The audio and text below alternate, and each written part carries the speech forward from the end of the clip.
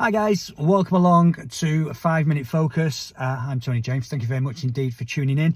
Now, before you set your goals for 2024, because we're at that time of year now, what we really need to do is look back to see how 2023 went. You know, what did we achieve? What did we accomplish?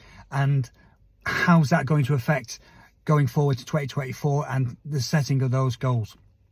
So here in this 5 Minute Focus, just going to quickly run through a few questions that you really need to be asking yourself before we run into 2024. So first of all, how did your running go in 23? Was it all right? Did you hit your goals that you were looking to achieve? Did you enjoy your running? Just think about the past year. How has it been for you? I know for me, I've really enjoyed it. I've had those two major marathons to keep me occupied. But I've also had injury as well. So there's been ups and downs for the year. So you need to look at that, how your year has been previously. So what have you been proud of in those last 12 months? What have you done? Have you undertaken a race that you're really proud that you achieved what you were setting out to? Have you achieved new personal bests? How has it been? Has that helped you? Yeah? Has it been good because of that? And one thing I've always mentioned in lots of videos about how to improve as a runner is consistency. Have you been consistent in your running? Have you been able to get out and do that running that you've been wanting to? I know, and I'll touch on this in a moment, but one of my targets for the year was to run 1,500 miles, which works out at 32 miles a week. I've not been able to do that. I've missed my target, but it's not a case of being down because I missed the target. I should be immensely proud at how much I've done at 1,300. So I'm 200 miles short, but I've been injured during the year. So my mileage for 6, 7, 8 weeks has been a lot lower than I was envisaging. Now, the thing about that is, should I be beating myself up because of that? Or was it just a one-off thing that shouldn't be repeated in 2024?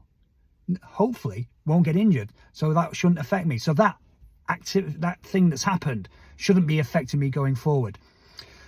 So what can you shift or change in 2024 to create a more consistent routine to support your running? Think about that. Consistency. Is there anything in the way in your life that you can move to create the consistency? Would you need to be looking at maybe getting up an hour earlier so you can go out for a run before work? Can you miss a TV program at the end of the day so you can go out for a run? Think about it. Look at your life. Is there anything there that you can change or shift or just move it out of the way or just rearrange it so you can get consistency in your running? Because if you get the consistency, you'll get those improvements that you're after. Also, have a look at what's working for you at the moment. What's worked for you during the year? Have you set up, as I say, been consistent? Have you set up regular training sessions that you've been able to keep to? Have you joined a club so you can get regular running with other people? Have a look at that. What's working well at the moment and what can you do to keep that going for 2024? As I mentioned earlier, how many miles did you run? Yeah. And how many miles did that work out at per week? So have a look at the last year and set your goals for 2024 based on what you can achieve. Don't forget, those goals have to be smart, yeah? They have to be measurable. They have to be specific, yeah? You've got to do that. So it's pointless saying, I'm going to run 2,000 miles next year when you only ran 500 this year. Is that a realistic expectation to hit that target or not? So be sensible. Look at what you've achieved this year and maybe set your goals slightly higher, but something that's achievable based on what you've done this year. So this gives you a starting point for your goals for next year because you know what you've been capable of. So as I mentioned earlier, what's happened this year that won't be a factor next year? Like, let me just go back a couple of years. I broke my shoulder in 2020. Now that seriously impacted on my running in that year, but it hasn't the subsequent years, yeah? So is there any events last year or this year just gone that won't occur next year? Yeah, think about it. Is there something that's held you back, but you know it's not going to happen? So don't have a think about that and factor that into your plans. One question, very important: are you actually fulfilled with your running at the moment? Are you happy with what you're doing? Yeah. If not, look at why you're not and work on getting over that roadblock, shall we say.